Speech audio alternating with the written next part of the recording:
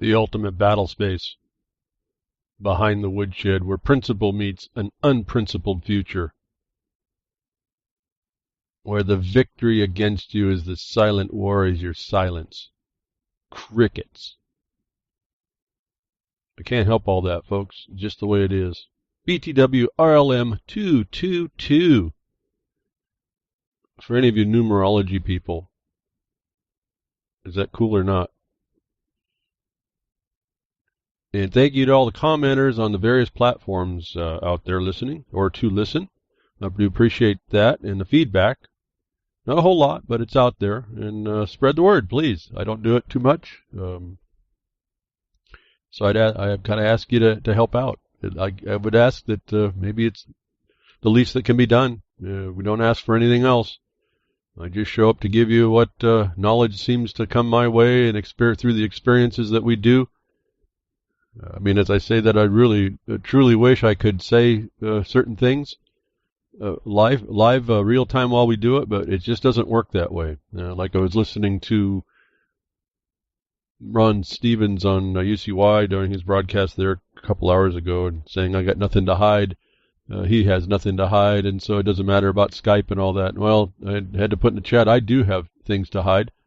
And when you find out more, when you dig in deeper, and the battle is not a contextual thing or not an opinion thing, but it is for real. Though I'm not so paranoid, I'm trying to be very careful. It matters. What I do matters, that nobody knows before it gets sprung on those that are needing the weapons and all that other stuff. It's important that we don't let out what we do. It's amazing, the army against us. The army against us is well organized and fortified, and they have the plan. And they are our problem, and that is the plan. The problem is the plan. And so, don't know what else to say about that and how we go about and what we're should be. I say should be and what we're supposed to be, and I think this is valid. I don't think that should actually be conditioned. We really should be on these things. And the way I see how this works and has been working against us, the more people that are not on this, not putting their wheel to these problems, is the longer, or their shoulder to the cart, if you will, the longer the cart stays tipped over and or over the side and won't get fixed. As we are constantly seeing, and I guess it's just a testament to what a few people can actually do. There's a lot of energy put up against just a few of us doing the right thing. And so when you see that, you realize you do make a difference. But you only make a difference when you do. Again, that silence, crickets, is going to be the victory against you. And that's, again, not my definition. It's just the way of the world. Beyond all opinion, beyond all thoughts and ideas and novelty, the way of the world is maybe not so neat a thing. And so we have to kind of see what's going out there. I try to bring here behind Woodshed the things that I can see that give you the clues, that give us the direction, should we pick it up and cease to continue to walk with the ring in our nose, which eliminates our ability to complain. And that's where I get a little bit confused how anybody can go on and on and on and on and about all the things in the world that really are not so important. I cover some of those things, but I think I'm covering them to show you how they're there. They may give us some indication of how people are working against us, or how those that work against us work at all. But it's not for us to indulge in. I don't get into that myself. So let me touch quickly on some things and show you that it's in play. It's not something that you can turn away from. Those of you that live in the cities may be kind of insulated, but you're already done. If you're living in a city and you haven't responded, you're done anymore. It's gone way past. You're living underneath the chain, the millstone. You just put up with it.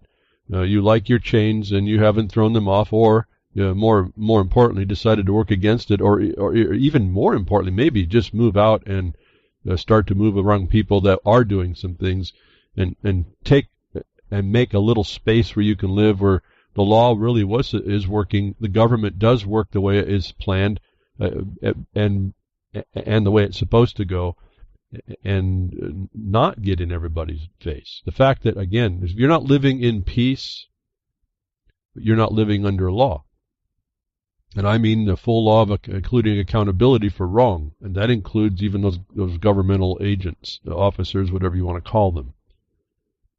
I don't know where this disrespect came from in us. Once we get into a place, we think we can rule over everyone because we have a costume. But I don't know where that came from. It's really foreign to me, and I just found out that that's what's going on, and that's what we have to deal with. But focusing on certain things, and this is does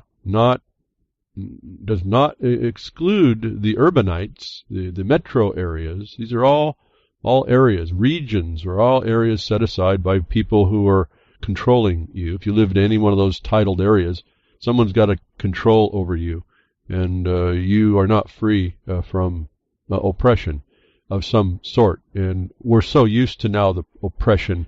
I'm astonished at what people will accept and take and continue to take and allow to take more, just so they can stay and maintain their little focus and blinded world about what that they want to maintain.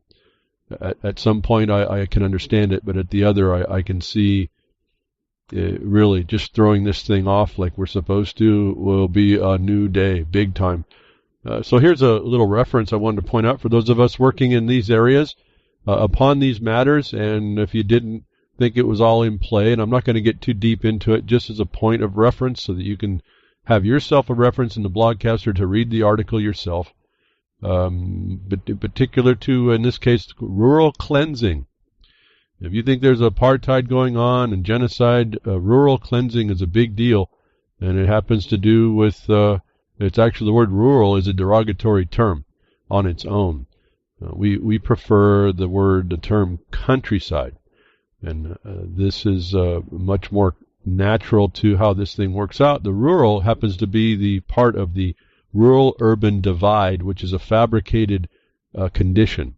And it moves you, when you start to look at how they do this and the mental control that they have over you, they get your mind to move into places that they control instead of your strict adherence to what is reality so that you maintain control. And I don't mean they want to control you as in control in the oppression. Your control would be to throw that off and not allow the oppression. And so there's the same word, different motive or different context. Telling on themselves, rural cleansing in Idaho and Montana. This was a report from someone who's in those areas. I will tell you that there's no distinction in any other so-called state anywhere. It's already been cleansed in your cities. In fact, you're seeing your own silent migration of people as these rural cleansing policies go on. Now, we're right. What I do is right in the thick of how that mechanism. So what you won't hear in this report, this story, is how you stop it. What they're showing you is that this is a real thing going on. If you had any doubts about people with a plan contrary to your peace and your mind and your way of wanting to make decisions, and the things that I can see people, they will continue to, you make decisions that make your world smaller and smaller. And as I say that, I'll just tell you, I've told you before, that's what I've done. I realized where they were pushing us, and I said, well, I'm going to go to the smallest place I can be and still do something, but be effectual in that. I will accept austerity, but on my terms. And that has made me a whole lot more effective. Now, that required some help. So I'm not speaking to you not outside of this problem. I guess I've kind of bored in on it early on, and I've just accepted that there's less out there for me, and it's less out there anyway. My objective now is to have less to have to steal from me, and less allow me to focus more on these people that are the thieves and the plunderers. And I am asking you to do the same thing wherever you can. A lot of people don't want to hear that. A lot of people don't. They want to continue to live comfortably. I don't really fault you for that, but we're in a serious problem here. So rural cleansing, this is a real serious problem. This is, this is an international imposition. This is occupiers inside the gates. This is domestic enemies. This is all the things I tell you. But here's the one article. This one author's experience starts out, and I'll just jump a couple spots because I want to show you how that it's there, and then maybe show you a little bit on how you start to respond to it. Because it's really easy to respond to.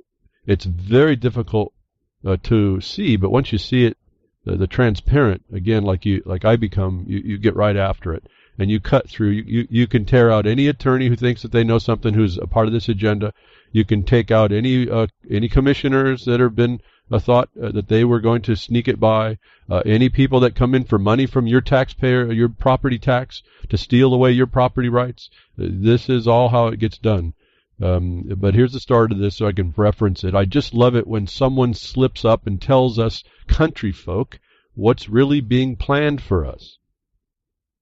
Rural cleansing is the purposeful removal of rural citizens from the countryside and the relocation of rural population in urban areas.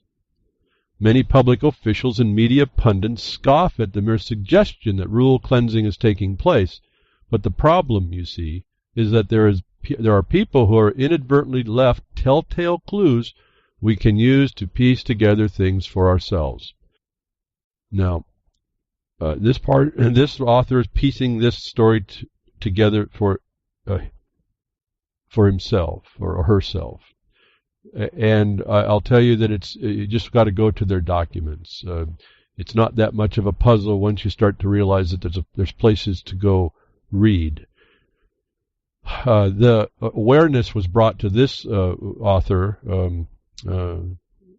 through an article. Libby County Commissioner Rita Windham informs us that she and other commissioners were approached by Montana Fish, Wildlife, and Parks State Land Manager Darlene Edge with a proposal to cooperate in driving rural residents out of the Montana countryside into cities. When commissioners responded with horror, Windham says Edge replied, quote, "Can't you see we are doing you a favor by forcing people to move from rural areas into urban areas? That way you can close roads.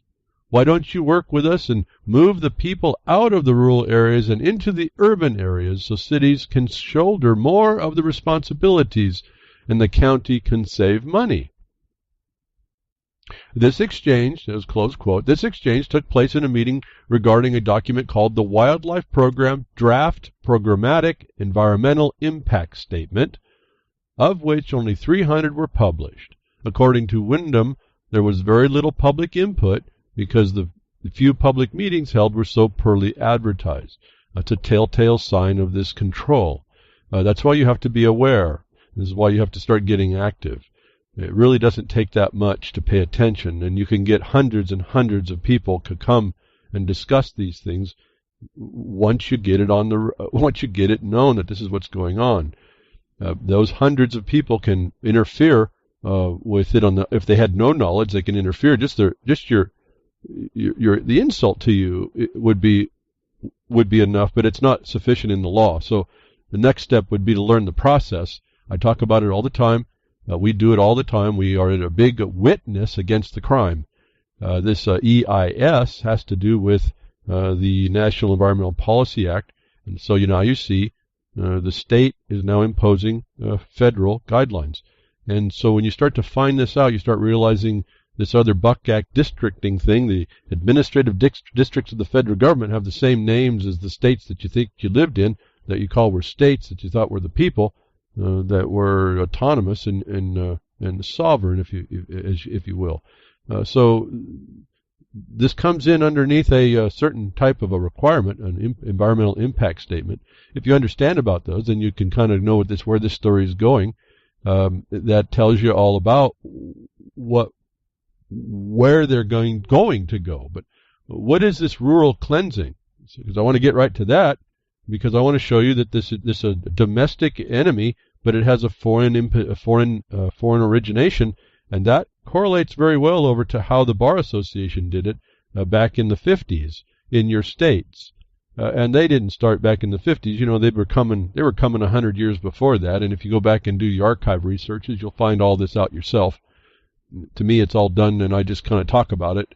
I don't have the time to go back and prove it all. For those of you, for all of you that are coming on, you need to read all this stuff and understand what it means. Stop thinking if you read the Constitution, you know anything. That's not going to show you how it works. In fact, we have plenty of evidence here in the last few weeks that that's in fact the case. People don't know. They read the Constitution. They have a clue that there's guidances out there and laws that followed that actually fulfill that Constitution. And if you actually applied it instead of denying them, you'd actually go a lot quicker to the point. Now, remember, the NEPA applies to mankind, the impacts on mankind, not environment, as in the bunnies and lizards. Not that I'm against bunnies and lizards. But there's a certain reality to how this is supposed to go that the environmental terrorist has grabbed on and wrested from the rest of you because you be quiet. But where did rural cleansing come from? Now remember, rural is a term that's been imposed, a derogatory term that's imposed upon the countryside. You notice this article talked about the word countryside. I hadn't really read that close until I read that for y'all. And they were very consistent. It's very interesting when you look at this very truthfully.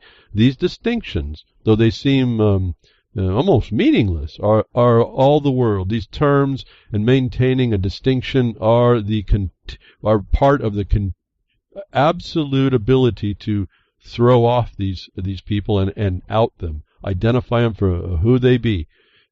And so if you can admit that you're a rural area, but you've just admitted into the fabricated urban-rural divide scenario to destroy you.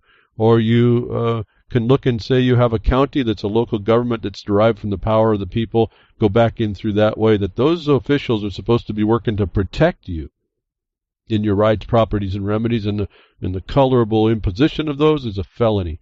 That's pretty quickly how that works. Now, let me see, where did this rural cleansing come from? From the article, Commissioner Wyndham's remarks in the Montanan article that the draft EIS that had upset her and other commissioners was a product of 5 to 6 years labor by the FWP, which is the Fish and Wildlife people in the state. That put us back to around 1992, or a year later than the Rio Earth Summit trotted out in the document Agenda 21, the Earth Summit Strategy to Save Our Planet, and other supporting documents for our enjoyment. Documents and resolutions introduced at the Rio Summit had been in the works for years before being introduced to the world. So here's someone that's coming on to everything I've talked to you about. It's even worse than what they're reporting here. I wanted to point out, though, that this is coming from a source that's foreign to y'all. And when you hear, again, you can listen to the language that they're talking to you and convert it to what they're telling you, or you could be blind and deaf to it all and let them tell you the things that they want to make you warm and fuzzy feeling and get you to believe that what they have to say has got more principle than you do. Policies. Let me see that word again, because you got to pick up. All these words are important. Policies, not law. Policies leading to rural cleansing are found in the document Agenda 21, the Earth Summit Strategy to Save Our Planet. Now, who are these people, these gods that would save our planet? Did they ask her, him, it? Did they ask the world? Again, save our planet. When you look at the strategy, they divorce mankind from being a natural part of that system. That's got to show you that is on the height of insanity to start with. But then going on, but another important source is associated with the other documents introduced at Rio. That was the Convention on Biological Diversity. It has been shown that the Wildlands Project is the central mechanism by which the Convention of Biological Diversity is to be implemented. The Wildlands Project calls for humans to be removed from one half of the American landmass and to create uninhabited corridors for wildlife to move freely from Alaska to Yellowstone Park or further south.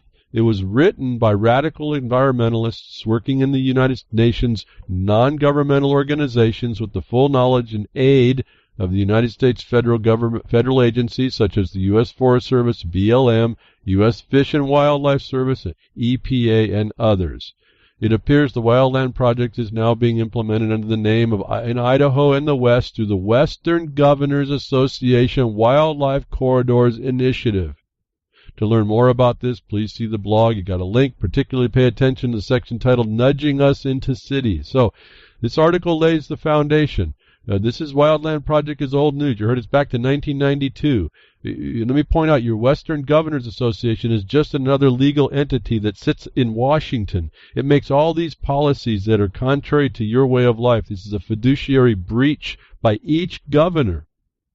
If you understood how that works, you'd have a much more powerful stance to start to make. It's what I look at it strictly through all that I'm telling you. And every time we go against these types, for as organized as they are, they cannot meet one thing. You go back to, what do you think that one thing is they can't meet? And I said the word earlier when I said it 3 times. Do you remember? Please hold this together because this is so important. I said what? That they lead with what? Policies, right? I said it's what is it not? It's not law. And so this is the disconnect, that the agencies and the state and the governors are not proceeding by law to bring in this agenda that has its roots in really an overthrow of your life. Now, I'm going to end, I think, right there. The articles can go on and on. We've talked about all this. If you really ought to be interested in this, because this is a very narrow field that will expose to you the method, how they're taking you all down, what I talk about all the time as well. This is not the only thing. Again, we don't fight only Agenda 21. I've learned to find, as you start finding this, you start finding other crimes against us. And that's why I say we just need people. We need lots of people seeing their specialty to attack this thing. Everyone has their power. The people I deal with, they have a certain skill set, a certain talent, and whatever I'm conferred with to offer, I tailor whatever my knowledge I have to help them for them. That's how special this can be. Everyone has a big power. What I can't do, someone else might. What they can't do, I may be able to do, or I can advise on how to do. You all have to kind of do this and to become to have any force and effect. It doesn't take that many. So what are you doing here? This commissioners were what were they? What was it said here? They were horrified. Well, they shouldn't have been horrified. They should have noticed. And this is not a criticism judgment. This is just a response, and I'm trying to look at this how you should see your commissioners. Well, I guess you're horrified at the idea someone's making the suggestion, but there should have been confidence in the commissioners to say, well, we have all the power to stop that. And it's an obligation and duty. You're not bringing the law, and we aren't going to allow that here. We're not horrified. We are going to arrest a felon. And so there's a little different. You don't have to be horrified. This article throws it into some astonishing thing. I think that's almost like me quite a few years ago before I saw a lot of this stuff. I guess you get horrified because it's this shock that people would dare even suggest this stuff. But the power is in the offices, is in the government to control it. This thing I talked about called coordination. Let me go back to the beginning when I read it, and I made a little bit of emphasis to it. They didn't want to coordinate with the county, the commissioners. They wanted to, this Darling Edge of this Montana Fish, Wildlife, and Parks wanted to cooperate. And that is a fulfillment of coordination, but it may not meet the full obligations and duties of the governmental entity, an agency, given its status within its political construct. And so you see right there, they came in to request from the commissioners a lesser capacity to gain advantage. So I would be insulted as a commissioner. I wouldn't be horrified.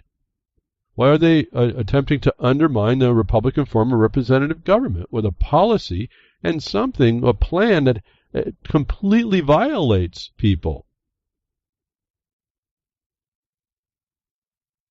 Why would we sit there and do that? Why would we allow it? Why would we allow people that supposedly, well, that don't suppose, they make decisions to force you into more taxation, probably higher property tax, more maybe in other states where there's a taxation generally, taxes for districts they fabricate to put these kinds of plans in place because, oh, well, this sounds like a great thing. Oh, we're going to go to tourism once there's a lot of landscape to view. And people don't understand that what you're actually dealing with, notwithstanding the fact that you should maintain not rural area, but a countryside. That countryside is a watershed, and that watershed produces things, or can, with man's help. Mankind has a force and effect it can make on the watershed, and to improve it, not destroy it like you've been told. In fact, if you let it go, it will destroy itself. The watershed. Not the landscape. This is a dialogue we're having now, with the colleagues, when we attempt to try and tell someone how this works, we have to be very term specific. And its vocabulary constrains, it actually proves that you're a critical thinker. It actually proves that you can confine your object in one place without bleeding out and allowing someone to trespass in because you allowed the subject matter areas to be diminished. When I talk about the countryside, when I talk about the watershed, I will not allow someone to diminish that by bringing in a view shed, bringing in a landscape, bringing in any of these terms that diminishes the law and why you do things a certain way with this well, it's a felony, it's an unlawful intrusion. So these commissioners have all the power to stop this nonsense, and if it hasn't stopped in Montana, and it hasn't stopped in Idaho, it hasn't stopped in Oregon, it hasn't stopped in Washington, it hasn't stopped in Nevada. Well, folks, look at the Bundys. This is what we're talking about. These people sneak their way into counties and take over do the warm and fuzzy on everybody. They'll talk themselves right past the horror and how you make this up. It took a mind who's an author here to say, well, hey, wait a minute now. This has a source, and maybe we don't like this. I'm telling you, it's not that something you can like. What I'm saying to you is that you have to oppose it because it destroys your way of life. I see now quickly a watershed can occur in both rural and urban areas. The watershed is the absolute drainage through all areas. The rural and urban areas are fabricated regions, fabricated fictional regions in the watershed. They're not actually on the land. And this is what you have to look out for. Thank you, Chloe. Just bringing that out. Really got to watch out. The watershed contains all, folks, but is it fiction? Is it policy? Or is it law? Is it subject to law? Is it subject to remedy? And we just have to go through this pretty quickly. I don't really go through this much in my mind when I'm working through this stuff. It's not that difficult. We can tell pretty quickly whether or not someone wants to harm us or not, depending on whether they're bringing law or policy. Opinion versus the fact. You won't find a fact one, actually, that's made to work for you. And that has to be something that you come and do. And so we're talking here in this plan of rural cleansing. You are being cleansed of your way of life. You're being cleansed of your law. You're being cleansed of your expectations. You're being cleansed of your future. And that because they make these veneers, they are affecting even the urbanites adversely. But here's a proof, if you needed one, an older story of how this works. I guess I wanted to point that out because it's not that it's not unknown. And I don't want to leave it out that there's no way to stop this, as the people are not doing anything that has any substance in it. They get you all to believe. They put pressure on you. They have people that are insiders and the commissioners. This is what I was telling you a long time back, maybe a year or two.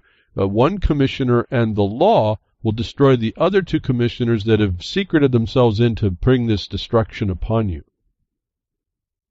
One commissioner and the law will destroy the bar advice that comes from a question that's posed along these lines. And this is not a question, but if you're not there to have the knowledge to impart to someone who may need it, because there is so much going on, and to be watchful on these things, your life will be cleansed and purified. No matter whether you live in the rural and be cleansed out, or be part of the small group of agreeable ones, like the tourism type things, or the people that make sure you don't kick over a rock, or the resource services, the amenity services that have destroyed your wealth because amenities of zero value have taken over the real value of the production of your forests, and all of a sudden now your forests are burning. Who's going to come to those? This plan is not well thought out, but it was all started because people agreed to not uphold what we call law. And that included your ability to make wealth, which is the other underlying problem they're after.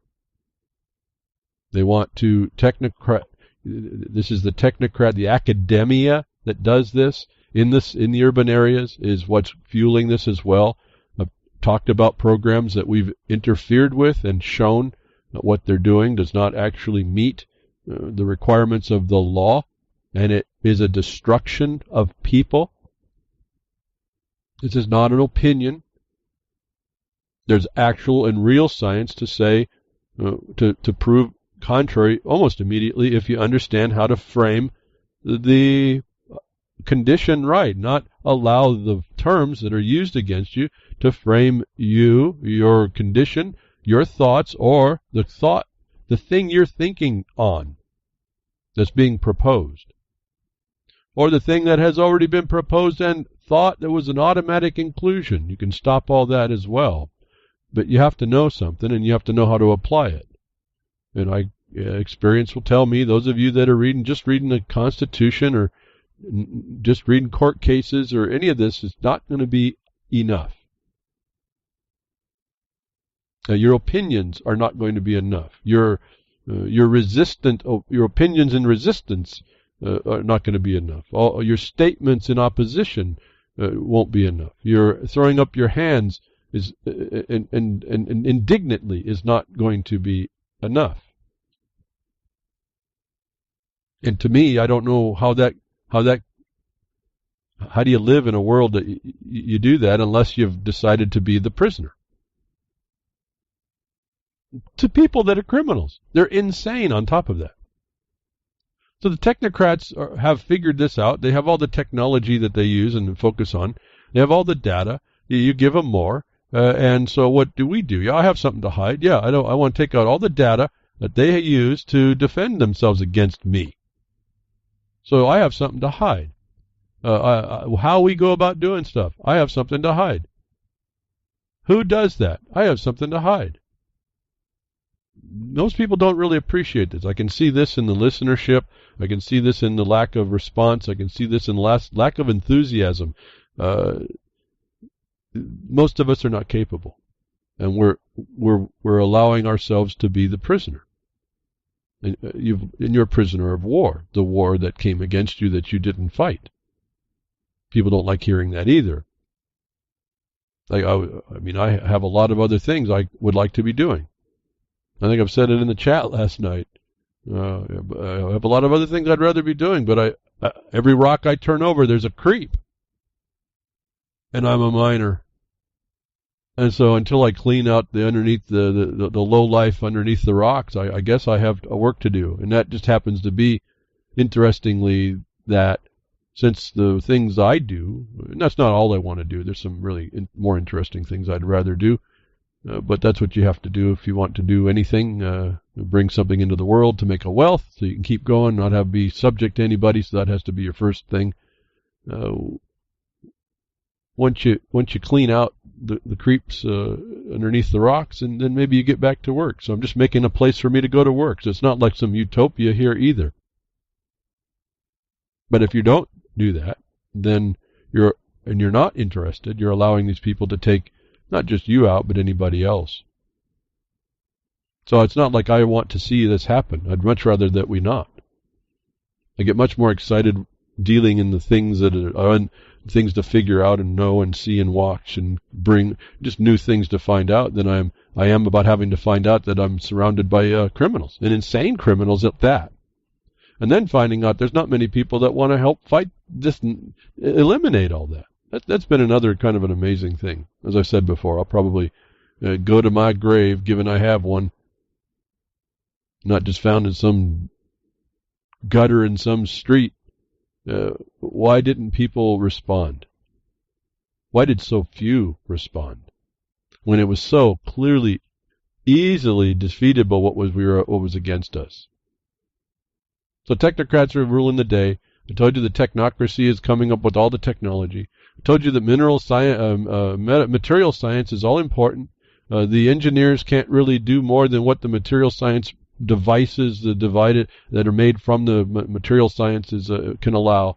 And in the last few weeks, I've been telling you and talking to you about how they're trying to go to this hybrid bot.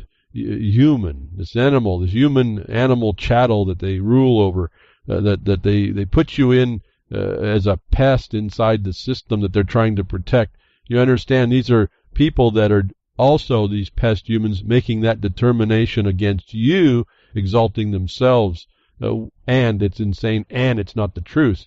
But these human animals can be manipulated, and they will allow themselves to be manipulated.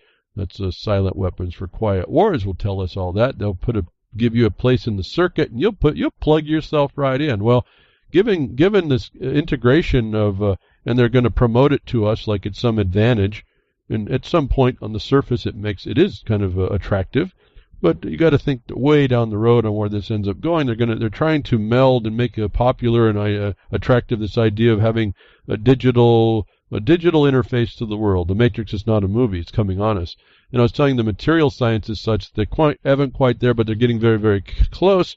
That they need to make this neural connection between the organic and non-organic world. Well, this graphene technology that you've heard about, single layer, single dimension capacities to make things with this new material is now really moving along, and I wanted to point this out to you now to show you we're not very far from the day here that all this will be put together. I'm going to run a couple of ideas through to show you, all right, again, things in science, things of technology are coming to do what they told you they're going to do. This is not science fiction. I told you we're kind of beyond I don't even know if they're giving us any new ideas anymore. They're just now fulfilling what they said they were going to do. Molecular electronic scientists shatter impossible record. Now, I've told you whenever they tell you something like impossible or never happened or this or that or unique, you better pay attention. But here's another thing. When a scientist says they shattered the impossible record, it means the reality they're dealing with they didn't understand. And you're allowing these people to make decisions and make up things to supposedly help you in the future? I don't think so. You're dealing with a bunch of monkeys trying to figure out how to stick a stick in a hole to get a termite. But nonetheless, it's fascinating stuff. I'm a little monkey. I get kind of excited about this. I'm always excited that it was impossible. It means we have some more stuff in the universe, some more part of the creation we don't understand to go find out about. How marvelous is that? On the other hand, they're already trying to put this stuff, and they are not trying, they're going to put this stuff in play. Molecular electronics, scientists shatter impossible record. They're now down into molecular capacities to be able to make electronic diodes. Now we're to the point I told you just weeks ago. As soon as they can do this, they can make a digit out of make an interface that is digital, but interface into the biology. They'll be able to do this neural connection. And the Matrix is not a movie. Well, they've done it. And they're doing it I couldn't find too much information on the time I had about this. It looks like somewhat of a graphene molecule that has some different dopants in it that allows a single dimension diode to be made. It's really fascinating stuff. It also hits somewhere in I've always been fascinated with geometric structures and lattices in things of nature, crystals and things like that. If you look at rocks, they are very interesting. Some transform energy into different types of energy. So I've always been fascinated by that. Well, here's another discussion about that. You create this molecular lattice with these materials together, and all of a sudden you go into one-dimensional diodes where you can pass current or valve current, so-called, one direction, stop it from going to the other, and that's how your whole digital system is made, on that simple premise, a 1 or a 0. And they're doing it at the atomic level. And so we're there, folks. There's nothing here. Now, I can't really see how they're not going to do what I told you. Elon Musk was not working on sci-fi. He's a guy that brings the science that they know, material science, the doable stuff today, into products. This confirms to me that's what's going on. Now, you might say, well, so we got electronics, we got to power them up, and you've heard more and more fascinating information on how you power things. Well, I've been holding on to this report here for quite a long time, couldn't get to it, but I had to bring it up because it starts to pull things together. How do you power these circuits up? We get their ideas now. It was totally unknown before that you could power circuits by the body, and the body was working by electricity and all this other stuff. But how do you actually do that? What's the function? How do they put foreign systems in to still power themselves? A little story came up. I thought it was pretty interesting. Seems simple. I mean, it seems like a novel little idea, but science starts to figure out what this world's all about. Water is such a fascinating substance. Just fascinating. I don't know what more to say about it. It has so many characteristics that we're still finding out about. We don't understand it. But someone made a comment about harnessing the energy generated from fresh water when fresh water meets salt water. Now, okay, that's a cool idea. Just taking energy when just from the fact of you have salt in water or not, a differentiation.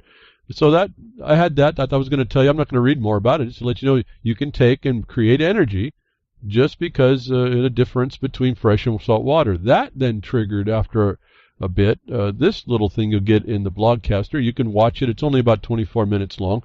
For those of you that aren't into this, excuse me, but it is a TEDx presentation. I think it's satisfactory to get you into the idea that there's now been discovered a fourth phase of water that Dr. Gerald Pollack will tell you about. And what's important about this video is he shows graphic pictures of how this thing works, that the fourth phase of water is created at boundary layers. Remember I was talking about borders are important. Well, in this case, they may be life. You have to have a border. You destroy a border, you destroy life. This is so consistent with what I've been telling you with this policy imposition, this lack of border, the lack of cells, this all-inclusiveness. The globe is no distinction between different and make no differences. Well, the fourth phase of water requires a border, and when that border happens naturally, there's a separation, filtration, if you will, between a certain type of water that's more pure and stuff that isn't on a molecular level. So when you tie this together, that on a molecular level, you build a border, and the water itself, there's a characteristics in water that will separate it from the border. It makes a barrier zone that has a certain charge. The zone that's farther away has a different charge. Now we're going back to now at a molecular level, harnessing water from fresh water to where salt water and where fresh water and salt water meet, now becomes reality at the cellular level, the same level they just made, at least the material science is now producing for us, a molecular diode. In other words, what they're showing is any material that has water in it, you can place a barrier there and then harvest energy to run the circuit. This is integrating the systems together between digital and biological, utilizing something as simple as a barrier wall and water. It's a charge differential, So it's not, we're talking pollution necessarily, although there's materials in the water that separate, that cause the charge potential, which is what you pull from. So you make a molecular diode now, and a single dimensional molecular diode, and you can power it just by attaching it to the cell wall and stick an antenna out beyond the molecular barrier that's created to grab the other charge. So we are watching the technocrats get their way. And I don't even know, my mind just starts to boggle on all the potentials for that. Just wonderful potentials as well, but we are not in control of that. In fact, some of the people I talk with, there's some fantastic knowledge that's not normal to most people that is out there, and not very many people know about it. And the main conversation that at least I seem to have with a few of those people that I happen to know, their discussion is, well, how do you get it out to the people so that the governments don't take it for military purposes? And this is another type of problem. Maybe some of you have thought about that. Maybe some of you have answers. And how do you do that? Now we talk about open source in this. It's not quite so easy, though. But at any rate, this technology tends to find its lowest level first. And so while it's amazing and it looks like it could do much, they use the do much good to induce you into allowing them to have control of it and be the purveyors of this technology. Getting to the main point, I think I wanted to say on these tabs, you can harness energy from a distinction between salt and fresh.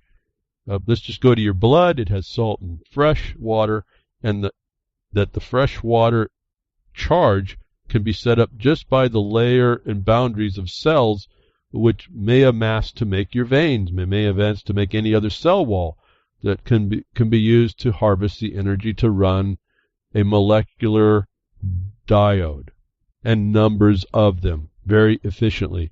And all these bots and all these things we've been hearing about, all these internal configuration changes to you as a biological unit, seems to me to be ready to go, and they're finally letting you know. The obvious question then is how long have they actually had it, and who's out there actually being the hybrid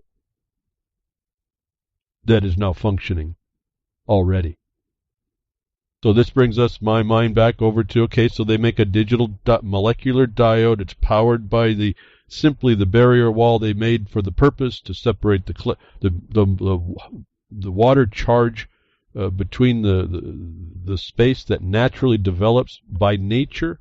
You can charge circuits, you can be digitized, you can be biologicalized, you can have your DNA hacked on the biological side, you can be then hacked on the digital side, which is really the thing that I keep focusing on with all this. And as we now see and move on, you can be created as a hybrid benefit to you to have a neural device connecting you to the digital world, and you can be hacked biologically to receive it.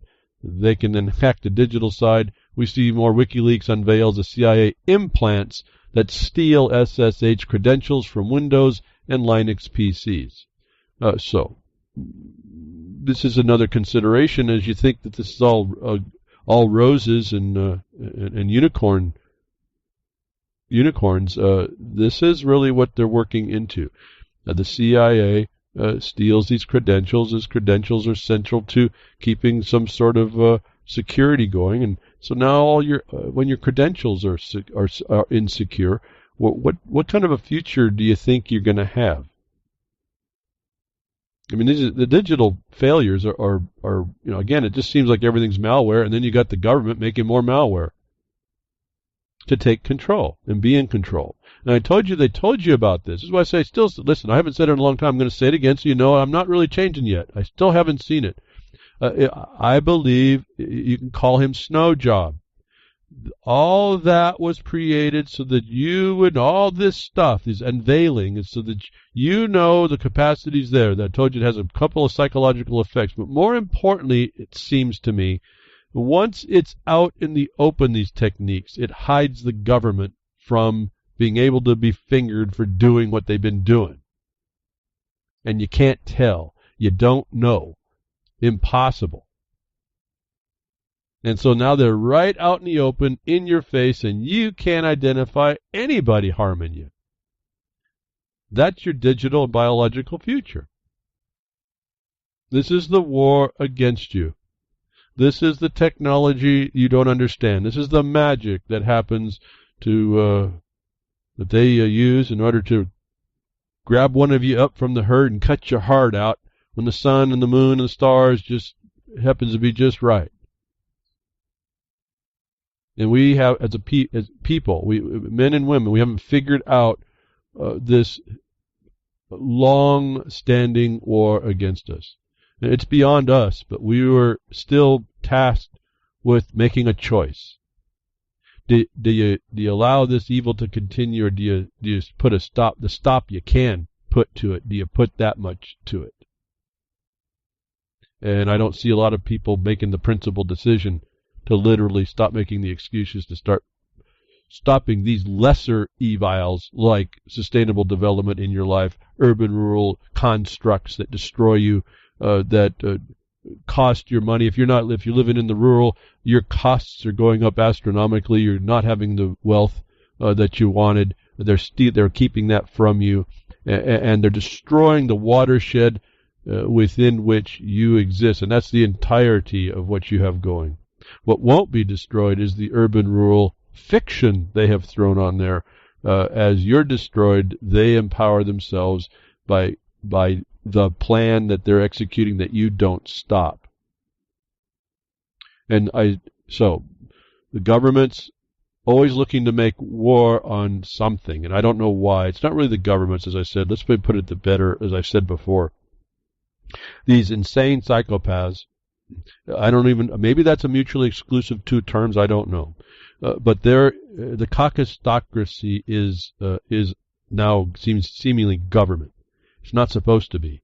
And that was our problem, because we were supposed to keep if you will, the purity of what allowed it to function and not allow it to be brought into dysfunction. So we continually, the people that are in the decision-making capacities, continue to make war so they can continue to make more things to perpetuate war.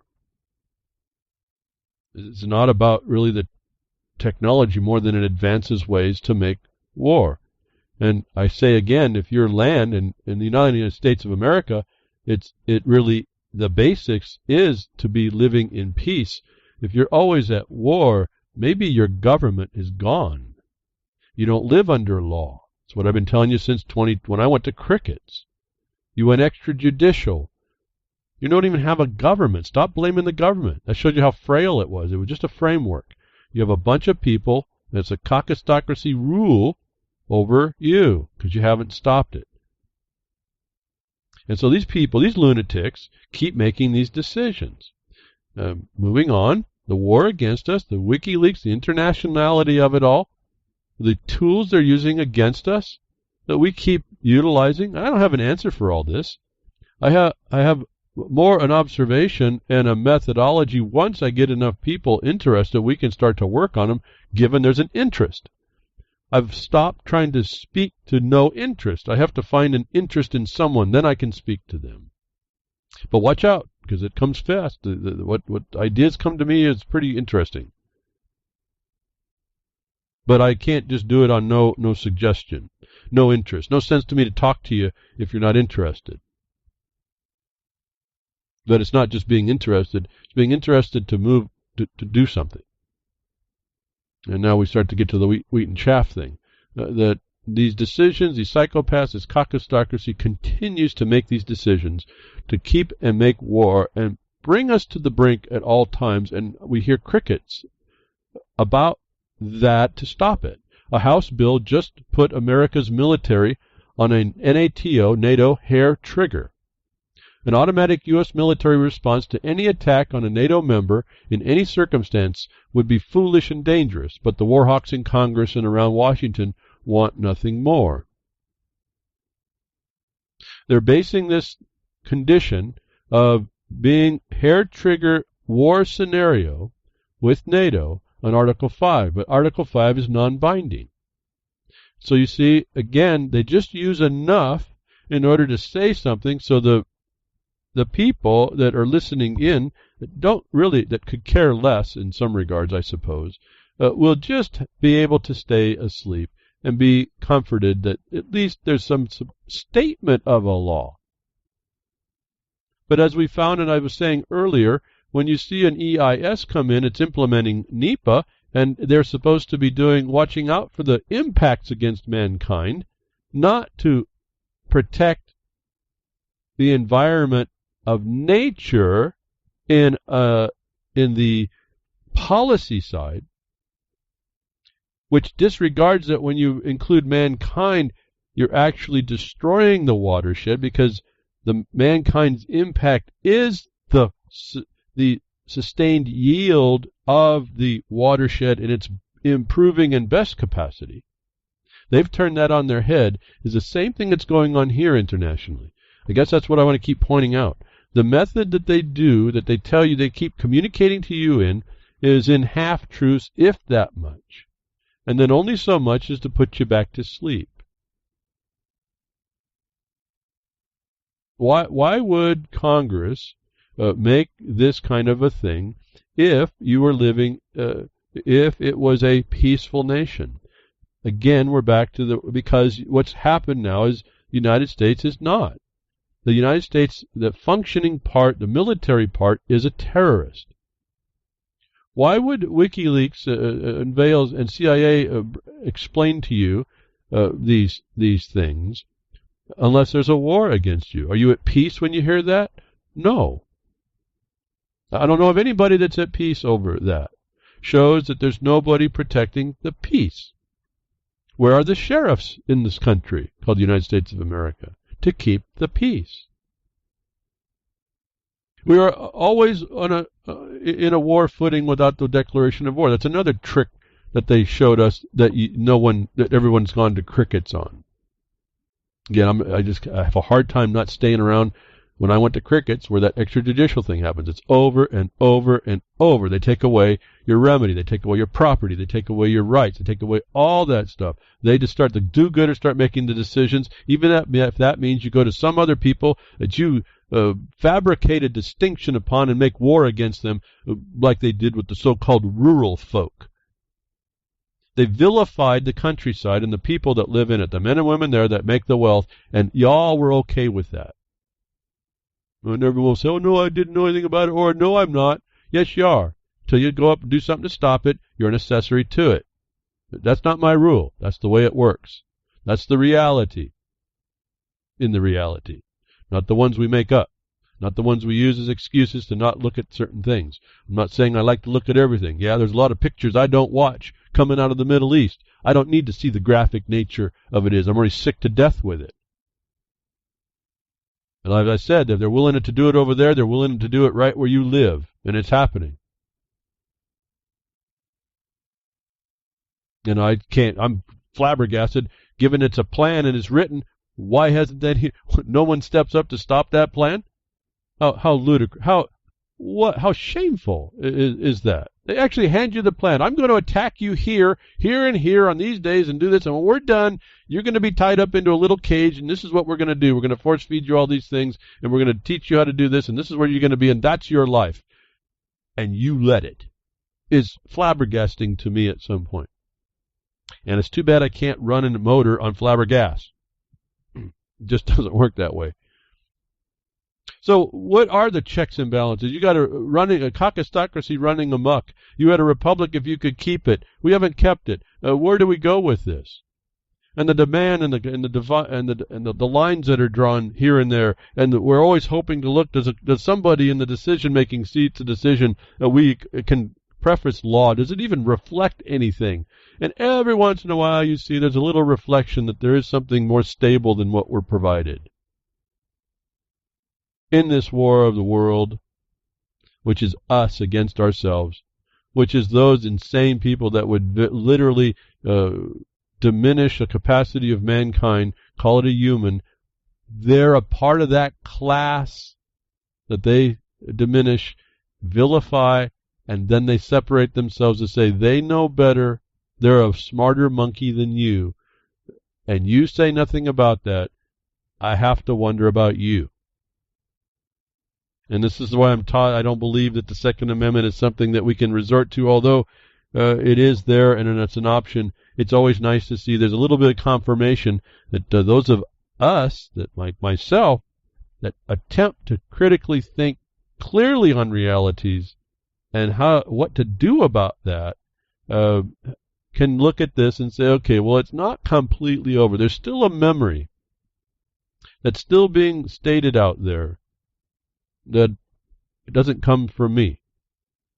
It doesn't come from my opinion. There's some other thought that most people look off as an authority, and I will tell you, because of the jurisdiction, it becomes an authorita, but no one knows how to say that, expose that either.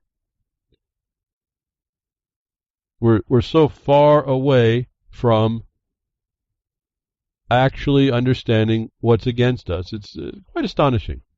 Notwithstanding that, we get glimpses of a memory that we've been having to hold, and we should have held as a population, not as a disparate opinions here and there. Federal judge blocks California magazine confiscation law. Quote, the Constitution is a shield from the tyranny of the majority. That was a pretty powerful statement, that you would use the Second Amendment against the majority is actually not true either, is it? Because your constitutional, your prohibition against the keeping and bearing. There was no limitation on where you bear or how you bear, just that you could. So this is the confiscation, this is the concealed permit problem that I have with all of this as well. But Constitution is a shield from the tyranny of the majority. Regarding the Second Amendment, that Second Amendment wasn't meant to go after the majority. That was meant to go after those in government that was the government you were to alter or abolish, and using arms was not prohibited to you. The statement here, the Constitution is a shield from the tyranny of the majority, would say that a corporate charter does the same thing. The minority stockholder has protections and remedies. And so though I'm pointing this out as a memory that there's a Second Amendment and they can't condition the magazines that you have, at least in this decision. The discussion turns a little bit more corporatized as well. You might be interested in that. Actually, as I saw this, I went through, there's been some tests by people that doesn't really matter how many magazines you reduce the number down to. It's not theirs to do so as the government, but even so, it's only just few seconds. If you want to give me, not take away a 30-round clip and make me have three 10-round clips, it may be a couple of seconds difference that it takes me to shoot those rounds, even though I have to change the magazine. And ironically, there's a certain middle point that you can give me a couple of extra magazines to shoot. I can actually shoot faster. That this limitation by the California law did not speak clearly upon the police power that the state was asserting, that it was to help give a time to law enforcement or people to avoid for those people to be safe. It doesn't hold water. None of these policy impositions on any constitutional law are valid in scrutiny, but the way the system has been set up and imposed, and the rulings that have come down through the courts, they will give you the excuse that it just takes time to get justice. Well, delay in justice is not justice, and so that's a facial violation to this system that they've done, and this becomes the problem, that if they violate the constitutional provisions, as I've been advocating, if they violate you in your property rights in the first instance, they've committed fiduciary breach. there shouldn't be any more time for a remedy. That's a facial, plain error, if I could call it an error, if not a felony crime. But for those of us that are looking at this, what the pendulum swing, what these arms are, they're not going to allow the limitation. There was also a couple of other decisions about this through this ruling. Again, it could probably be appealed, but so be careful not to get too lost in this thing as it goes. But there is this line, this memory that says there is a limit. And the only way that that gets tested if you all step up to start testing those limits. As well, judge rules in Texas, professors can't substantiate their campus fears regarding concealed carry underneath a Texas law. So you look at this case, this is another standards thing I wanted to point out. But when you bring a complaint, you have to support it with evidence. That's why I try to tell you in this administrative world, make your administrative record. That's your evidence. There's also a whole lot of other things going on in all that. But you make a complaint, you have to support it with something. And you see that the standard, that the statement of the judge saying plaintiffs present no concrete evidence to substantiate their fears. And I suppose he didn't mean you had to go out and chip the concrete with the bullet mark off the wall that they were trying to protect themselves from. But concrete evidence admissible in law that proves your position. In other words, you have a prima facie complaint.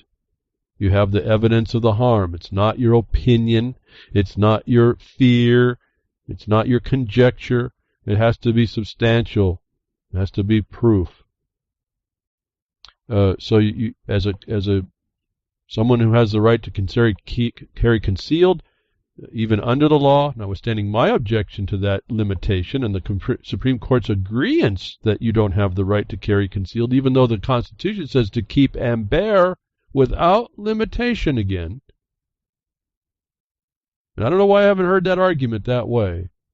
The professors can't feel feared that you're going to hurt them just because they fear. And so I just extend that out. I'm asking, when you step up in some substance. You can't approach any of this with what you think. It has to be a proof. And moving on now to, again, this judges, courts, these things that we're in a court wherever we go. I don't think people appreciate that. But that's the fact of when you talk to anybody, you're kind of sitting in an adversarial condition. You either come to terms pretty quick in a contract or you don't, and then it builds up from there. Then there's these real formalized situation settings that do this, and you hear that in the challenge. And the law in California would have gone through for the diminishment of the capacity of your cartridges had someone not stepped up. The reflection in Texas had someone not challenged that law, it would have been fine. Someone did challenge it because they had a problem, but they couldn't substantiate their harm, is what that was. There was no harm they showed. They have no standing then. So the law that was made stands. And it's this extended government actually privilege, which shouldn't have actually been there in my mind, but there it is, in the state of Texas, no less. You folks down there think you're all so free and rightful. I'm embarrassed for you, actually. But it's not the end of that I don't like you. I think we can do better for ourselves with a better thought. Stop thinking we know what's going on and understanding this kind of a conundrum that we've walked ourselves into and allowed. But again, facts, evidence, demands are made in these formal settings. You have to meet. Another one of these things that are evidence of that, breaking fatal courtroom act ruins Michael Hockey Stick Mann. This is that Michael Mann-made global warming case. And he makes this fatal error. Penn State climate scientist Michael Hockey Stick Mann, this man-made global warming, he made it. It was his intellectual property, remember, he admitted. It wasn't real. It doesn't exist. But you see, the whole world is spinning on an insanity. This is proving it's something I told my friend a long time ago. You know, I said with the mining law, before miners quite understood what I was talking about, and before they really bought into the idea that the word grant means grant, right, in the law, that Congress meant what it meant. It doesn't mean anything else. In the disagreement with that, I mean the big disagreement in the beginning, I said, you know, I could be absolutely crazy about this. I could be absolutely crazy that Congress didn't say grant the mineral estate of certain minerals, and it didn't intend it to be a grant. And I said, you know, if I kept telling people that for a long time, as crazy as that would sound if it wasn't the truth, if I got a majority of people to prove that out and believe it, they would believe a crazy man, and that would become the law. That is confirmed right here with Michael Mann-made global warming. Now, I know it didn't quite work with Mann. He came from the IPCC, it came from a different strategy, but he's the one that they used so the science to prove it. That insanity proved to the world that it was viable, and upon which your life has been greatly, greatly diminished, and others have been greatly, greatly exalted. That the world is working on an insanity. It doesn't not work. It actually does work to harm you. They've got a bunch of people. Consensus is a felony against you. I keep telling you all this. Consensus is the felony against you, and it's an insanity, and they have the world believing that's the truth. Now, when it came time in the trial, which was deemed to be the climate science trial of the century, he choked. Prominent alarmist shockingly defies judge and refuses to surrender data for open court examination, only possible because Mann's humiliation, defeat, and likely criminal investigation in the United States, the defendant in the libel trial. Okay, folks, he's being defamed. Dr. Tim Ball defamed him. So Dr. Tim Ball has to face the courts. But apparently Dr. Tim Ball's attorneys do pretty well. The British Columbia attorneys caused to trigger mandatory punitive court sanctions, including a ruling that Mann did act with criminal intent when using public funds to commit climate data fraud. Mann's imminent defeat is set to send shockwaves worldwide within the climate science community, as the outcome will be both a legal and scientific vindication of United States President Trump's claim the climate scares stories are a hoax. I'm saying they're a crime. I'm saying they're a treason in the United States, and we've said to President Trump, he doesn't go far enough. Well, when asked to produce in a negotiated settlement to produce the data, he claimed he would, and then he backed out. See, he actually probably he would be able to support this if he had the data. But man-made global warming is a fact if he doesn't produce this. And I'm saying M-A-N-N. His name is Michael Mann. Man-made global warming. He was a scientific proof. He was their best science. We're finding out under demand for the proof he can't produce his harm. You see, not conjecture, not his statement, not his wish, not his opinion, the fact explained in writing of his harm would have been that his data showed, contrary to what Dr. Ball alleged he had done as a fraudster.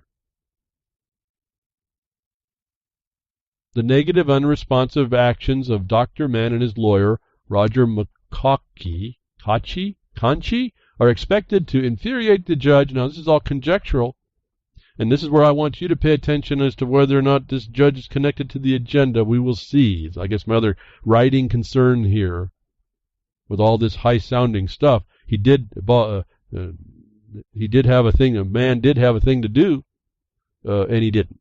So it's a kind of a corollary to us. Man has a thing to do, and if he don't, he gets taken out. Man doesn't do something here, he gets taken out. So if he doesn't produce, this could collapse the multi-million-dollar libel suit against Ms. Dr. Ball. Dr. Ball explains, Michael Mann moved for an adjournment of the trial scheduled for February 20th, 2017. We had little choice because Canadian courts always grant adjournments before a trial in their belief that an out-of-court settlement is preferable. This is that alternative dispute resolution. They want to get it out of court settlement, get it out of their calendar. Their claim to you that it's supposed to ease the burden of the courts. What that was a lie as well. And it's interesting, my history. I happen to have another friend who I worked with a long time ago, happened to do a case, a judicial case where they imposed alternative dispute resolution as a requirement, and we were able to overthrow that law because they can't do that in a judicial sense.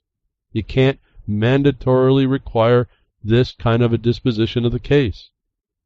That was when it moved from the judiciary. We beat that one. They dropped it. I didn't know anything about this, how it related till today, but it did. They killed that in the judicial side, and it was then moved into the university system, which I then am party to sue in 2013 to stop again as an imposition against all y'all with outside of the judicial system. And they didn't answer. So this is what they do. They prefer a settlement. Now, everybody would prefer a settlement because that means you're coming to some peace. But that's not the reason why they prefer the settlement. But notwithstanding that, Tim Ball goes on to say, we agreed to an adjournment with conditions. This is conditional acceptance, for those of you understanding that part. The major one was that Mann, not all y'all, but Michael Mann, produce all documents, including computer codes, by February 2017. He failed to meet the deadline. Now, they go on and on to talk about this case of potential civil contempt of court that could be going on. The point is that the guy who came to defend himself from libel couldn't bring the proof to prove his harm. And this is what I talk to you all the time, establishing your record, the record evidence you need to use. And this happens, it's all fine as long as everything's getting you along. Everyone gets along, we have no problem. There's peace when everyone gets along. It's when you have a problem and there's not a peaceful continuation that is when I'm talking. As soon as that happens, you better be into evidence creating and gathering mode. And whenever you deal with the government, that's a guarantee you better. And in any capacity whatsoever. Fatal flaw.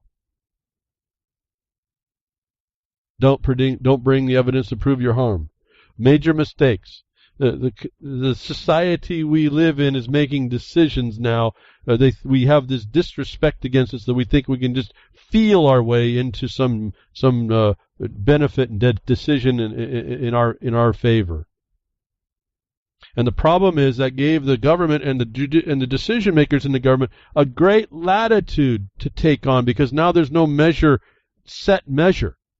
So much so that another case that I've just been found out about and looked into, the commissioner of making the decision could care less about what he said on the record, about the foot he shoved down, his own foot he shoved down his throat, and how wrong he was to say what he did. He could care less. It's gone there's so little accountability that we put on anybody, anywhere, that people are just literally getting away with murder. Certainly property plunder. Another issue we're dealing with is the Bar Association attorneys assigned by the court in a probate case plundered the estate. Literally plundered the estate. It's taken years. They're just now getting back to taking years to bring some accountability. And the reason why that happened, because there was able to be developed a very concise record, which most all you all don't even know about. I'm again amazed and flabbergasted how little we know. I put myself there too, because I would have never known literally how much it takes, how close the dots have to be connected. And yet society is pushed that their feelings and beliefs, their social justice warriorness is exalted. And that doesn't meet it when you get to it. So what are they? They're preparing us all, even in the social justice example, even if we don't agree with that, we're now given into this lesser status of proof. We're given into a lesser capacity. We start to make fatal mistakes. And it's really what I keep track, these processes, these process procedures are something. It's not like I have a list in my mind, every one we check off.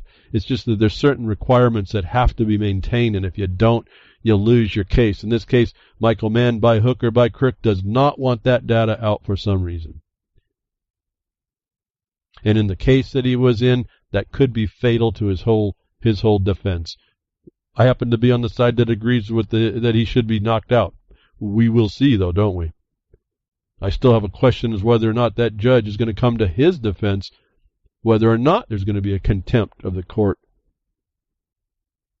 whether or not complete justice is done by someone attacking someone else for alleging that they were doing a fraud when in fact they were doing the fraud. I can see there was a fraud being done. I've proved it all different ways. But I can also tie it to a bigger system that's one big criminal treason, crime and treason against you all and myself. I'm not outside of it. But these people in decisions are continually making decisions to wage war against you and everyone, apparently, it seems. There's no stop to it. It's kind of indicative of this psychopathy, this insanity that is risen to the top, that we've allowed to rise to the top. And right here, it's kind of exposed again how large this psychopathy is, that we will wage war everywhere. A major mistake is found by this author in a congressional creation of a space army. A space army. Even CNN struggles to stay solemn, neither laughing nor vomiting at the news that Congress creating a new branch of the United States military to fight wars in space. But another stated purpose of legislation is to guard the galaxy.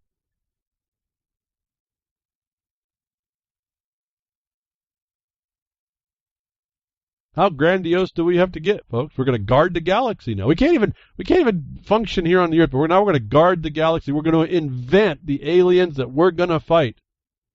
And that's what this story here, this report starts to talk to. Very interesting observations on showing exactly how the United States government is a terrorist. It's now going to declare war on the galaxy as being its guard, its warden. Where did it get the jurisdiction to do that? We haven't even proved that there's an alien to fight, but they're going to go guard against it as well. Actually bring democracy, right? But this is what your United States government is doing. They've just now made space cadets official. Now, to get on that, to be a space cadet, no doubt you're going to have to go through a whole lot of checks. And one would be the not just the space fighting the space frontier for all you sci-fi fanatics. We're going to space, folks. I don't know what we're going to go out there and fight, but I guess it's not enough. We can't keep peace here. We got to go fight somewhere else. You're going to need to get into the space frontier to be a space cadet, an official United States government space cadet. You're going to probably have to also enter the biometric frontier, and eventually you're going to see all kinds of the things I've been talking about last few weeks about the hybrid human. But for us on the ground, they're going to run the test program on how you're going to be filtered through, how they're going to keep up, what the technology they need, how to nationalize something without nationalizing it. And these are all the tricks that they're pulling out of the bag right now. The biometric frontier will be something that these space cadets will definitely have to be engaged with, but they're going to test it on you first. Show me your papers becomes open your eyes as border sheriffs expand iris surveillance. Now, it's been said that there's a border around the United States that encompasses over 2/3 of the people. That you're 120 miles or so from any border, most of you. And all your sheriffs are going to be doing this. Now, I presume it's going to be less in the northern areas or on the coasts, but not necessarily so. The biometrics frontier is going to not be asking for you for your papers. They're going to want your iris. And I wanted to point out some things about this. It's an Intercept story. Again, I think this Intercept is a notice agency for us. And they're now making a distinction between the wall that Trump wants to make and the digital wall they're going to do with this iris scanning. One of the important features of this story, this report that you need to know, is this is a company, public-private partnership with the governments that will accept their free product to receive the data and keep the data from everybody getting iris scanned in those areas that they claim that the sheriff will have probable cause to be able to take. Now, that probable cause constraint will not be something that you can challenge in the street, although you can assert it. You can very well believe that it'll take action in the court to enforce it, and that court is part of this condition and problem. So this becomes a very big problem, this public-private partnership of data collection for your irises that is in a national database that's kept by a third-party private contractor, adopted by your local government. This is how it works. This is how they defeat you. Now, to me, it's obvious this database, national database, circumvents Real ID and all this other stuff the government wants to do and can't get quite through, and is only subject to one jurisdiction. See, this stuff is not. This is in immigration. My other problem with this is, how are they supposed to know beforehand in their meeting with you? They can say, hi, you have a right not to associate, you have a right to go away, with this diktat they put on you and this authorita. How are they having the probable cause to know what your origins are, to demand this iris scan? Because it's part of ICE, the immigration agency, ICE. And how are they doing that when you're, as the Supreme Court just declared, you're presumed innocent of these presumptions? And what are you preparing to do? What's the bag of law in your pocket to bring out to show any officer making such requests that he's violating a law, even committing a felony in your state? And hopefully you find those statutes depriving your rights, and you better know those list of things. You all want to not, you think it's too complicated to know what I'm telling you. You're going to have to know it, otherwise you agree to this crime against you. You become part of the national database. They rely heavily on this data, these searching algorithms that will supposedly keep you identified, your identification pure, and they'll go through all the tests on how to do that. It's such a small sample you can't know. Then there's the hacking problem on that. But how are they supposed to know? They have probable cause to believe you're subject to have to take that. If you don't know, they aren't going to stop. All y'all in a border state have a sheriff that's going after this, needs to go into that office and say, how are you going to stop not implementing on us that are the Americans versus those that this law is under the immigration is supposed to apply to? Now, I'm going to have to warn you. You better go into United States Code Title 8, I think it is, and look very, very carefully on whether or not you aren't considered one of those aliens.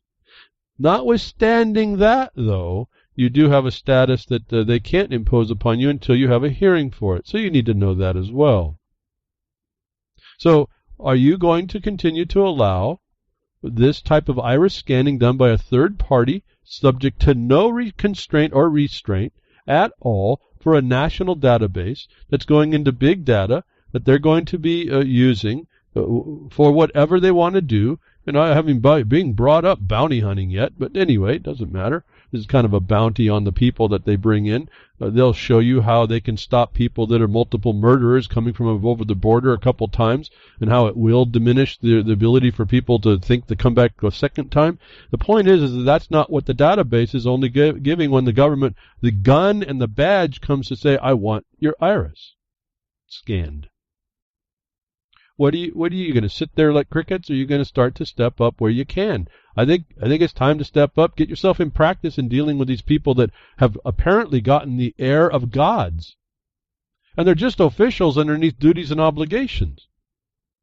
And as I think about immigration, I'll speak maybe to Gary L. He was making some reporting on immigration laws and rules and things that have to be done when you go in and out of the country, I want to make sure I say on air to everyone, look very carefully at the rules at the border, know whom they apply to, and they are for foreign nationals.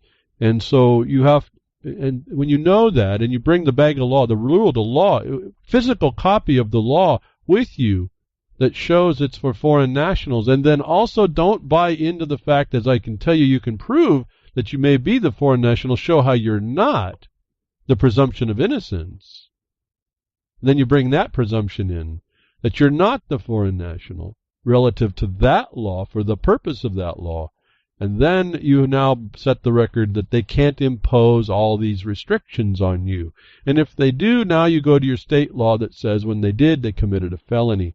And then you have to show your harms, whatever that harm is, the interference, the association, the violation of the extension of their fiduciary, also the lack of whatever delays you had, the costs, all that goes onto the one who's interfering with you, not the agency. Again, the agency's a fiction.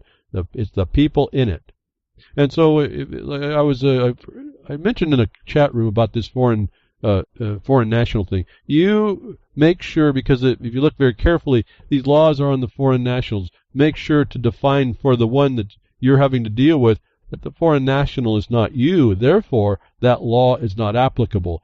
Given it's a federal law they're imposing, the sheriffs are also subject to that. If not, you also have an attack on their grant stream funding for public-private partnerships. You start putting this all together, a group of you all in any locale can really start to have a major effect to stomp down this brush fire that becomes a national disgrace and a national problem for everybody.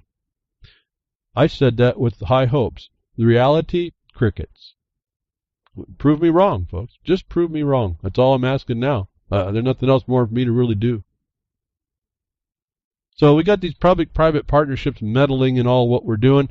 They are going to get their national database one way or the other, but it's going to be ruled by big data private companies. I told you that's going to be the bigger threat than even government. Government's decided to outsource everything.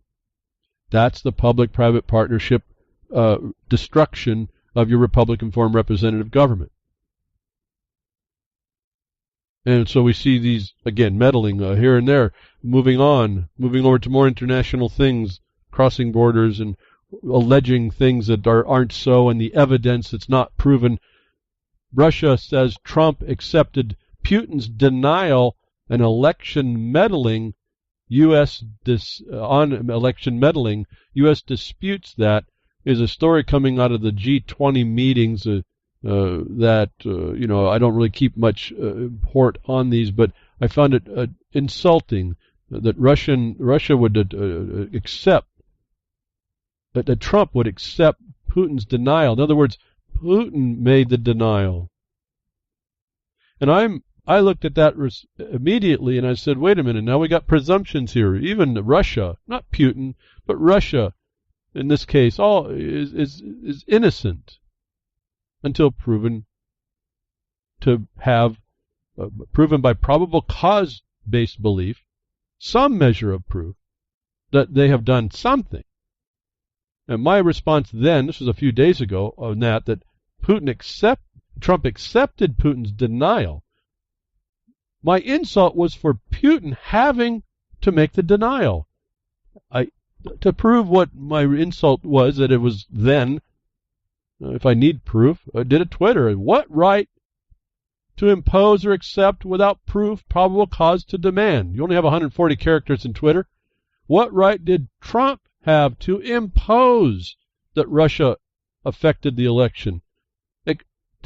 Or Putin to accept from Putin a denial without the proof or probable cause to make the original demand was an insult to y'all and to Putin and to the Russian people.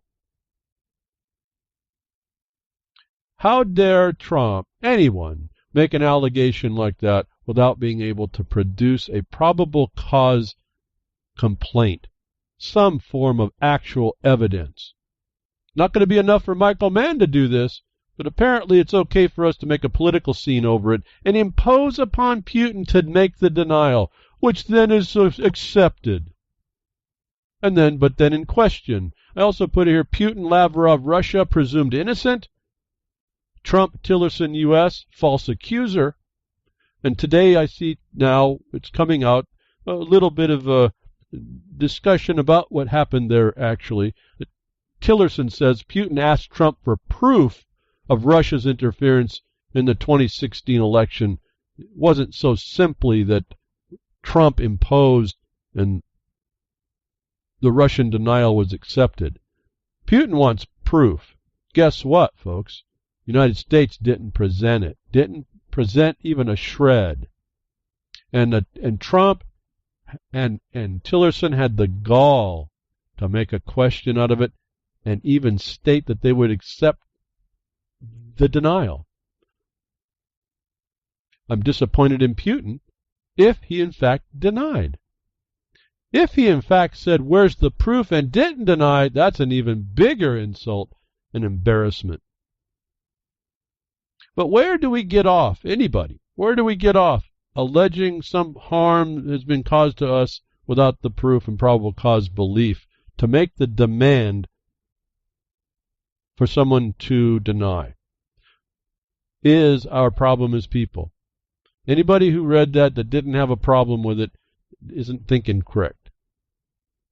Am I impliedly saying I'm thinking correct? I think I am, folks. I see this pretty quickly and pretty clearly on the standards that we're supposed to hold ourselves to, that go under the radar that we're not. These principles that are failed in us give us an unprincipled future and an unprincipled caucustocracy that rules and lords over now the galaxy, folks. I hope you're putting all this together. Oh, it's really funny, but it's not. These people are serious psychopaths. I see Chloe says, I could care less what Putin wants. It's not about what Putin wants, Chloe. It's not at all what Putin wants. It has to do with these principles that are failed in us, and we accept and we turn ourselves to what Putin wants instead of the failed principles that's reflected and supposed to be representing those of us that are saying, wait a minute, we're part of a more noble cause. We're Americans. You're not. In fact, you don't even know what that is, Americans. You don't even know. You have no clue. You aren't even insulted by this dynamic.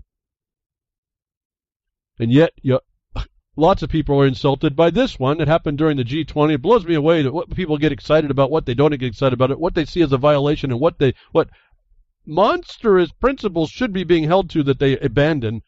Ivanka Trump sat in for her father at the G20 leaders table. That became more news than this despicable, shameful action by Trump and Tillerson, if he did force Putin to accept.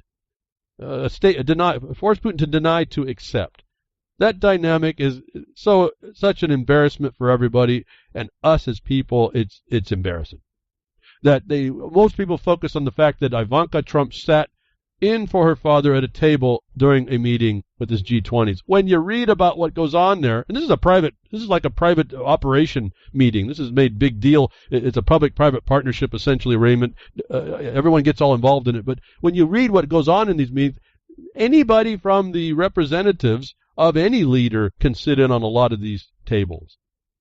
In fact, Trump had to go do some dealing with somebody, but they needed someone to sit. His daughter sat there. Partly why? Partly why was because she's involved with the World Bank on the subject matter of these meetings. And so she was probably the best place to put there, notwithstanding the nepotism claim. It doesn't matter who sits there if it's a private organization, folks. What's the big deal here?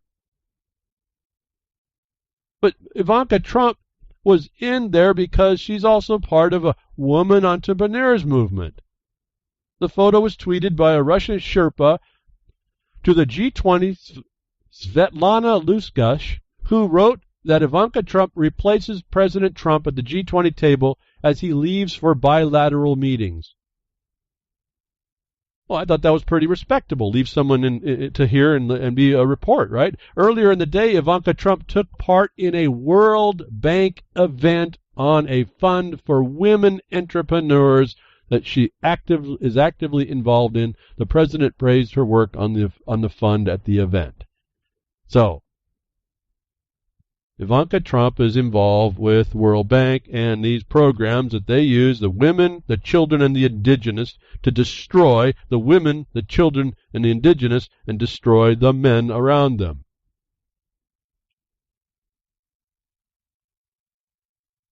So she sits there and everybody does an uproar because it's the president's daughter.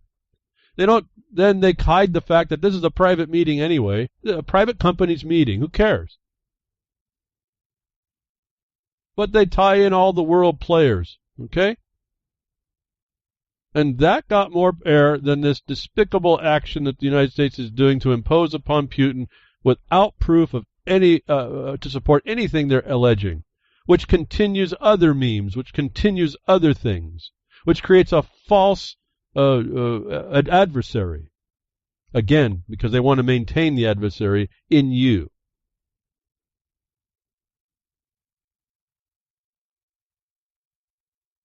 So Ivanka is interested in women's entrepreneurs. She's sitting there at the G20 table. They're talking about World Bank events and fundraising and this and that. And, it just doesn't seem to work out when you look at the World Bank and you look at the technocrats bringing on the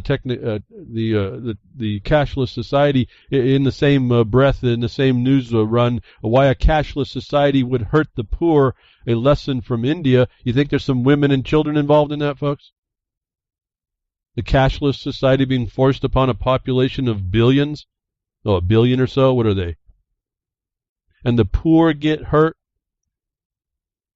Do you think Ivanka Trump cares a lot about that? If she's with the World Bank, with a pseudo event fundraiser for entrepreneurial women? Why a cashless society would hurt the poor? The G20 could care less. They're the ones imposed. The World Bank, this is what they're imposing on you, the technocrats. And you need to read this story, whether you do or not, I don't know. I would wish you more if you go to the Blogcaster. You need to read the dynamic of what happens in a so-called cashless society. A digitized technocratic society. It doesn't just would hurt the poor, it devastates them.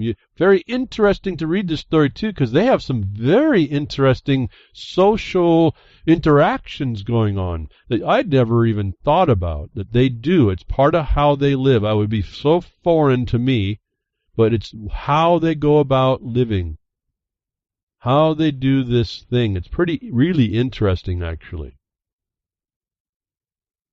That when the government came to make a cashless society, all those people don't go to banks. I was actually astonished to hear that only 15% of the population of the world uses banks. Therefore, when they go to cashless society, the rest of the people will be suffering under this cashless society. And when I saw that, I said, wow, there's more crickets. Everyone just wants to go on to this. Another reason why Bitcoin's not so cool. People need cash. They need to have something in their hand that's exchangeable that they trust as a medium of exchange. And they don't use the system. The majority of the world is poor. That 90%, that 97%, the 99% that are the poor, the 1% that have the banks, they are the ones that are going to make the hardship on all these people. And you are going to be part of that. Are you part of the 1%, folks, actually? Or do you become one of this problem of the cashless poor without cash and without access to the digital world? And then what are you going to do to get to that digital world? What will you give up? Will you give up your inheritance, folks? I mean, we've been told that story. That's a long time ago book that was written to tell us about giving up our inheritance for the bowl of pottage, isn't it? You're going to rerun that one, and you're going to retell that story. You're going to revolutionize there. You come right back to that, repeat that history. Is that what we're going to do? We have these organized systems called governments, caucustocracies worldwide now. No principle in them and no principle in us to stop it. Damaging, harming the very people they claim to be uplifting. Remember, A2030, I read the documentation. They want people to be prosperous with shared prosperity, not individual wealth, non-dependent wealth. Why would a country do this to their people? Do you think it reflects differently in the United States? You think? Are you telling yourself that story? Are you thinking that within the government they're so pure and they don't cause their own additional expanding organized criminal syndicates wherever someone of no principle, no scruples, could care less about what they're doing, can take advantage, and there's no actual protection for that? DEA allowed criminal cops to build their own drug empires for over a decade. You think that the empire of the galaxy now, your space cadets to come, you think you're going to be a better answer than this, that the government allows you to run your own syndicated empires inside your ops? DEA allowed criminal cops to build their own drug empires for over a decade. How are you a criminal cop when your government is the criminal? What did I tell you about the Libra Code, saying you can do anything your army allows, your commander allows you within the plan? And you only get caught when it becomes that overt embarrassment, or you violate something within the structure of it. And this comes apparently from a whistleblower. I always have another thought about these whistleblowers. That's an op too. The whistleblower, you claim you're from the CIA and retired. That's a lie. Has to be a lie. I was telling you this guy Steele. Now I think he's called out for who he is when he went ridiculous with Alex Jones. Another ridiculous point. These so-called whistleblowers are claiming to be whistleblowers. They're just the ongoing agency op. So be careful what we're being told and why, but we are seeing, again, they do expose the truth. The NSA, CIA did expose that they use these tools. Why? It makes them more anonymous. I told you before, this is over and over, you expose an evil to hide behind it. It's just memory hole nonsense that we tend to get it in our frailty. For over a decade, agents with the New Orleans-based DEA task force sold drugs, intimidated informants, and stole cash on job with impunity. You don't think that happens everywhere in other places? Not everywhere else, but in other places? You don't think this is part of the culture? I won't read more. Empires build their own organized structures inside themselves. It's places for the caucusocracy has no scruples to cause remedy. Why? As I said last week, you can't prohibit piracy when your organic documents allow it as a matter of law. You can't fight terrorism if you're the terrorist. You can't outlaw it. You can't outlaw the payment of a terrorist organization. You are the funder. You are the terrorist. Remember, a long time ago, the actual definition of terror is the rule by fear, a government that rules by fear, intimidation, and dread. Not J-dread, just dread. A government that rules by fear, intimidation, and dread. I told you that someone carrying a bomb vest is not a terrorist, because it has to be a government that rules by fear, intimidation, and dread. This is the empire. This is now the guardians of the galaxy. The space cadets run your life and your crickets to it. So internal to empire is organized criminal activity, no scruples, no principles whatsoever. They use it as a cover, and you, like good little crickets, you get to feast on what they hand you, the crumbs. Another empire over the old under the empire that they're allowing. This has got connections back for those that do the study. It's all I put it in probabilities and possibilities because I don't have some direct proofs, but it's all integrated and it all follows the same methodology. I don't care what international status they accept and what status of exemption they fall under. In other words, you have some protections under international law, as I talked a few weeks ago. in your museums, your hospitals, your education centers, you have your churches. They're all supposed to be hands off to a war, and inside that is where these controllers, these psychopaths, put their organizations. The most well-known one is the Vatican, and we hear empire within a criminal organization, criminal conduct inside of the organizations. It's ongoing. Fascinating. It seems to be one subject matter as well, or the same subject matters.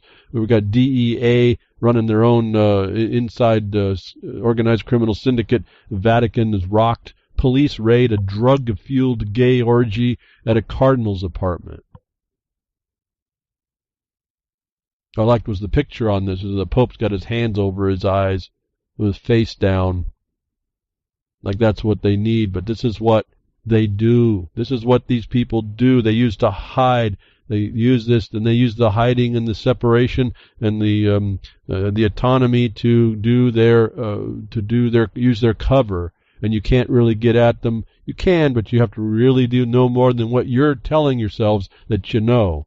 Another story that happened right before that: Cardinal George Pell, a Vatican officials charged with multiple sex offenses. How are you going to get through an organized criminal syndicate like this, seeing all this continuing systemic violation and crime? How are you going to expect to bring it up beyond into something good? How can you expect that? How can you start in the swamp and ever actually crawl out? It would be a great evolution tale, I think. Darwin would be proud. But it's not nature. The nature is fallen. These places that actually are the receptacle to advise this higher knowledge, this higher way that we go, are the ones that the fallen nature resides in.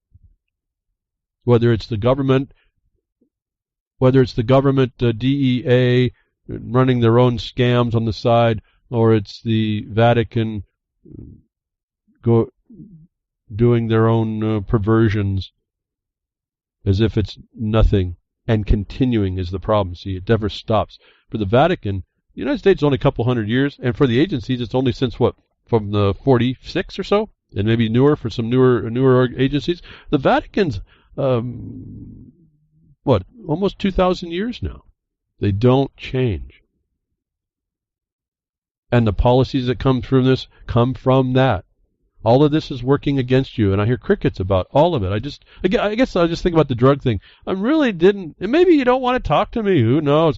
I am really astonished I didn't get a bunch of emails from all you folks that are indulging, or you need medical cannabis, and telling me that what you did and where you sent your letter, and you became a stick in the spoke of the wheel, like I told you we were to the waters of the United States rule.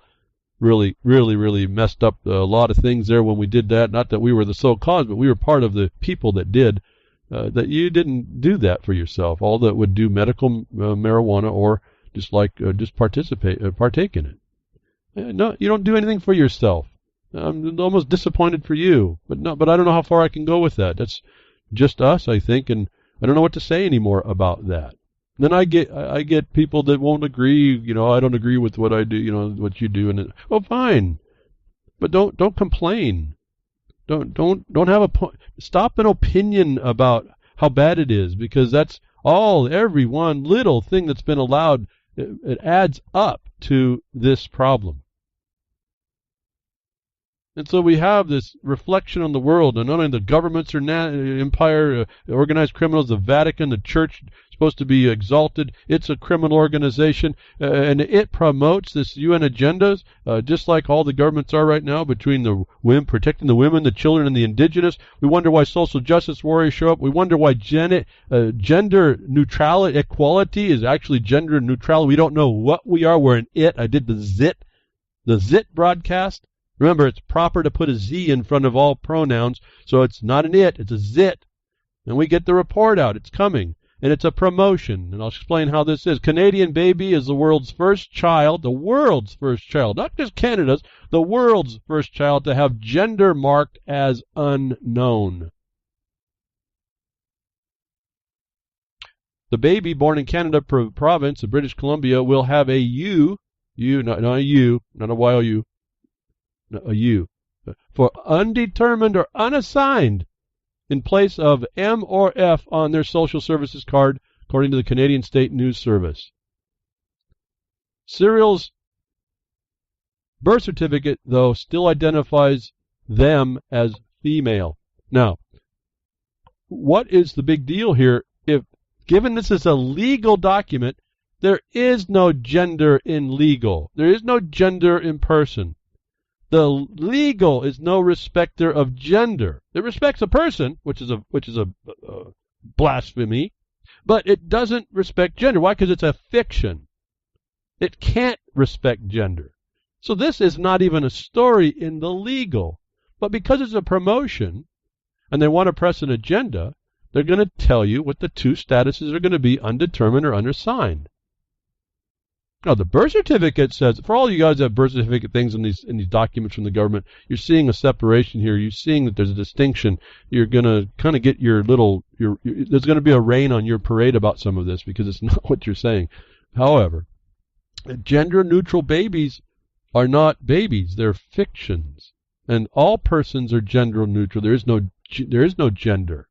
But they're making a point, and again, this point of net gender neutrality, the reality of the reality will be, no matter what these people try to not tell their little one as she grows up, when puberty hits, they're going to have a little bit of splaining to do about neutrality and gender and equality. And I'm sure at that time they'll point to the new womb, and remember that artificial womb that's going to be taped to some man's belly so that he can have a baby to prove there is equality. It ain't natural at all, but we're going to prove, the technocrats will prove you wrong, that it's gender neutral. To promote the destruction of no principle, no reality, no factual basis in nature, the nature of the creation. They're going to impose legal on everything, and those that they impose and get you to accept, destroying the family in the process and your identity about how that works and all how that's going to work down in the future, and on and on and on and on, and your footprint about it, and how much you're going to have to pay for all that. Your failure to hold the principle is going to make everyone into a reality constructed around them that the constructors control. And it's why it's so important to have your critical thinking working properly, that you use terminology that's right. Keep everybody in check about that so you don't get drug off into this insane world where someone takes you out. And takes you out in ways you aren't prepared to deal with it, as I deal with it all the time. Amazing. The story is amazing. It's important, but I don't think people understand the actual importance that it's saying, even though it's kind of nuts, and it seems, well, we all have a right to make a decision, and we can give it over to little. The little one can't make a decision, has no capacity up until sometime way in the future, and then reality will have to spring upon her in a very obvious and maybe shocking way, if I understand that as well. Thank you for tuning in today. Hope something I said helps you do something, even get better awareness, hopefully get more involved to show you that don't let these people get away with what they're doing. Grimner, thank you for what you do at reallibertymedia.com, the Blogcaster and the archives and all that stuff, and freedomsnetwork.com, Bo Diddy as well. Social networks, sign up, folks. And just use it as a tool, and UCY.TV. Jules, thank you. Hope you are getting real better. Keep track of all that. I know you are. I heard it got a little bit better for you, so let's hope that works on more. All you terrestrial broadcasters, hope everything's been good on the audio side, and I'll appreciate what you do. And next week I'll be back. Tech diffs, nature willing.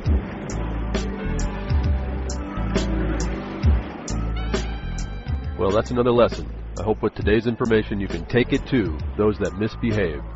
From behind the woodshed, leaving his mark on the beast, this is Hal Anthony. Till next time, journey with purpose.